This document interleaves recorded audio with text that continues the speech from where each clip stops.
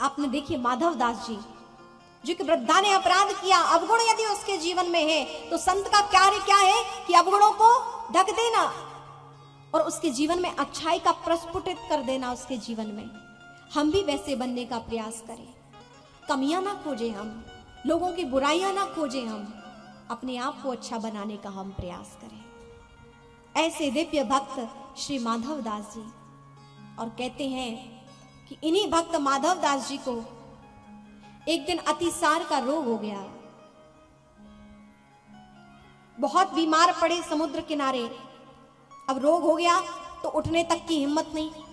अतिसार का रोग मतलब बार बार सोच क्रिया के लिए जाना पड़ता था। लेकिन हुआ क्या कि कुछ दिन मंदिर नहीं गए। भगवान सोचते हैं अभी तक तो माधव दास जी रोज रोज मंदिर आते थे, अब मंदिर क्यों नहीं आ रहे हैं। भगवान को चिंता होने लगी और भगवान को चिंता हुई। भगवान पहुंचे समुद्र किनारे, लेटे हुए थे माधव दास जी। जैसे ही भगवान ने देखा कि माधव दास जी लेटे हुए हैं, भगवान ने स्पर्श किया माधव दास जी को। माधव दास जी के नेत्र खुल गए। हे भगवान, आप यहां पर? भगवान ने कहा माधव दास, मैं कितने दिन से तुम्हारी प्रतीक्षा कर रहा था, सोच रहा हूं अब आएगा अब आएगा अब आएगा, तुम आए नहीं तो मुझे ही आना पड़ गया। कैसे हो माधव दास? भगवान के भक्त माधव दास मुख से कुछ भी बोलने में असमर्थ थे। शरीर रुग्ण था, बिल्कुल सामर्थ्य नहीं थी कि एक शब्द भी बोल सके। अतिसार के रोग होने के कारण पड़े पड़े वहीं पर एक कम्बल पर पड़े हुए थे। वही पूरा मल से सना हुआ था।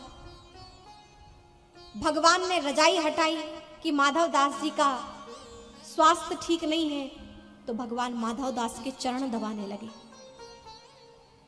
माधव दास के भगवान चरण जगन्नाथ जी दबा रहे हैं, तो सोचा रजाई हटा के थोड़े ऊपर से चरण दबाए। माधव दास कष्ट में है। देखा कि बिस्तर तो, शयन करने वाला स्थान तो मल से लिप्त है। माधव दास, अस्वस्थ हो और तुमने सूचना नहीं भेजी। हे भगवान, क्या सूचना भेजता, आपको कष्ट होता।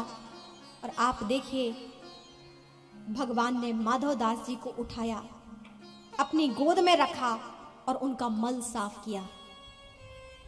जगन्नाथ जी स्वयं माधव दास जी का मल साफ कर रहे हैं, स्वच्छ किया स्थान, और स्वयं अपने पीतांबर को उतारा, बिछाया और वहां माधव दास जी को बिठाया। ये भगवान की अद्भुत कृपा। आप देखिए कि भक्त के लिए भगवान क्या नहीं करते हैं। कहां जिनकी सेवा में अखंड कोटि ब्रह्मांड नायक, जहां नारद सारद विशारद इंद्र आदि देवता सभी भगवान की सेवा में, भगवान पलक झपकाएं तो वहां उपस्थित रहते हैं। और आज वही परब्रह्म परमात्मा अपने भक्त की भक्ति में बंधे हुए आज माधव दास की सेवा करने पहुंचे हैं। माधव दास जी के मल को साफ कर रहे हैं, स्वच्छ किया, अपना पीतांबर बिछाया, माधव दास जी को लिटाया। अब माधव दास जी को बहुत पीड़ा हो रही है, कष्ट हो रहा है। रोने लगे माधव दास जी की, हे भगवान, आप ये क्या कर रहे हो? आपकी ये कोमल कर कमल जो सदैव आशीर्वाद देते हैं, हम भक्तों पर वरद हस्त रखते हैं, आज ही आपके दिव्य कोमल हाथ इस मल को छू रहे हैं, रुदन कर रहे हैं। कष्ट हो रहा, इसलिए कष्ट नहीं है कि मैं पीड़ित हूं, अस्वस्थ है, कष्ट इसलिए है कि भगवान ऐसी क्रिया कर रहे हैं, भगवान मेरी सेवा कर रहे हैं। दुख हो रहा है माधव दास को। भगवान जगन्नाथ बोले, हे माधव दास, जब तुम मेरी सेवा कर सकते हो तो क्या मैं तुम्हारी सेवा नहीं कर सकता? गीता में भगवान कहते हैं कि जिस प्रकार ये यथा माम प्रपद्यन्ते तांस तथैव भजाम्यहम्, जिस प्रकार मेरा भक्त मुझे भजता है उसी प्रकार मैं भी अपने भक्त को भजता हूं। जैसा भाव मेरा भक्त मुझ में रखता है वैसा ही भाव मैं अपने भक्त के प्रति रखता हूं। मेरा भक्त मुझे पुत्र मानता है तो मैं पुत्र की भांति लीला करता हूं। मेरा भक्त जिस भी स्वरूप में मुझे मान ले मैं उसी स्वरूप को धारण करके उसी प्रकार क्रिया करता हूं, उसी प्रकार अपने भक्त को भाव अपना निवेदित करता हूं। यहां माधव दास जी रुग्ण हैं, उनकी सेवा कर रहे हैं। बिलबिला उठे माधव दास जी, हे भगवान, आप आज हमारे पास करोड़ों प्राण होते तो मुझे लगता है कि आपकी सेवा पर मैं अपने करोड़ों प्राण वार दूं। हे भगवान, आप जब ये सेवा कर सकते हैं तो आप हमें स्वस्थ क्यों नहीं कर देते कि आपको ये सेवा ना करनी पड़े। एक दिन सेवा कर गए, पूजा आरती का जगन्नाथ जी के मंदिर में समय हो गया, भगवान वहां चले गए। लेकिन भगवान का मंदिर में मन नहीं लग रहा है, क्योंकि भगवान का मन रखा है माधव दास जी ने। कि कैसे होंगे माधव दास जी, अपना भोजन थोड़ा सा छुपा लेते माधव दास जी। भगवान जगन्नाथ जी कि मैं माधव दास से मिलूंगा, कहीं जा नहीं सकते हैं माधव दास, उनको भोजन लेकर जाऊंगा। भगवान अपने पीतांबर पटकी में थोड़ा सा भोजन बांध लेते। जैसे सेवा पूजा आरती हो जाती, भगवान जगन्नाथ तुरंत समुद्र किनारे माधव दास जी के पास पहुंच जाते। तुरंत अपने वस्त्र पीतांबर से भोजन निकालते, अपने हाथों से माधव दास जी को भोजन कराते। उनके बिस्तर शयन स्थान पर पड़ा हुआ मल भगवान साफ करते, माधव दास जी का मल साफ करते, माधव दास जी को जल से प्रक्षालन करते और माधव दास जी की चरण सेवा भगवान करते। इस प्रकार भगवान माधव दास जी की सेवा कर रहे हैं। कुछ दिन हो गए, ये सहन नहीं हो रहा है माधव दास जी से।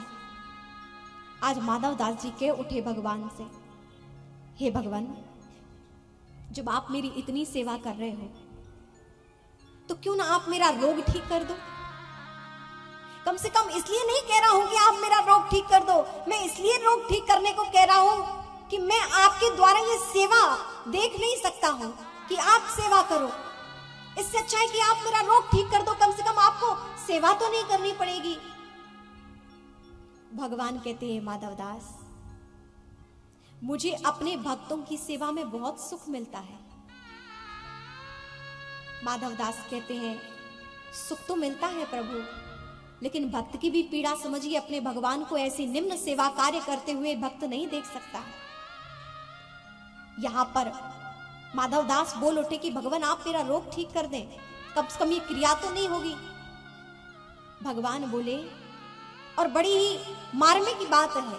भगवान क्या कहते हैं, बड़ी समझदारी की ये बात है, हमें समझना चाहिए, समझने की बात है। भगवान बोल उठे कि यदि मैं आज आपका रोग ठीक कर दूं तो ये भक्तों में पक्षपात हो जाएगा। भक्त कहने लगेंगे कि मैं तुम्हारा प्रिय नहीं भगवान, कि मेरा कष्ट दूर नहीं करते। फिर वो भक्त कहेगा कि मैं आपको प्रिय नहीं, आप मेरा कष्ट दूर नहीं करते। यहां पक्षपात हो जाएगा माधव दास जी।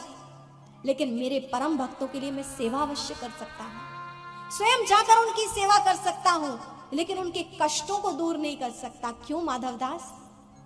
इसलिए क्योंकि मेरे अपने भक्तों से मुझे बहुत प्रेम है। यदि मैं आज अपने भक्तों का कष्ट दूर कर दूं, आज उनके कष्टों का हरण में कर लूं, तो अगला जन्म उन्हें लेना पड़ेगा इन्हीं कष्टों को भोगने के लिए। क्योंकि ये क्रिया को भोगने के लिए, कर्मों को भोगने के लिए व्यक्ति को बार बार इस धराधाम पर आना पड़ता है। जब तक उसके कर्म समाप्त नहीं हो जाते हैं, तब तक बार बार उसे संसार में आना पड़ता है। हे माधव दास, आप जो रुग्ण हैं, अस्वस्थ हैं, ये आपका प्रारब्ध है। और मैं नहीं चाहता कि मैं आपका इस समय कष्ट दूर करूं। हाँ, मैं आपके साथ हूं, मैं आपकी सेवा करूंगा, लेकिन आप यदि आज कष्ट दूर कर दिए तो ये कर्म है, आपको पुनः जन्म लेना पड़ेगा। पुनः इन थोड़े से कष्टों को भोगने के लिए आपको पुनः मां के गर्भ में आना पड़ेगा, उस जठराग्नि में जलना पड़ेगा। और मैं अपने भक्तों से प्रेम करता हूं, मैं नहीं चाहता कि मेरा कभी भी कोई भक्त पुनः जठराग्नि से संतप्त हो।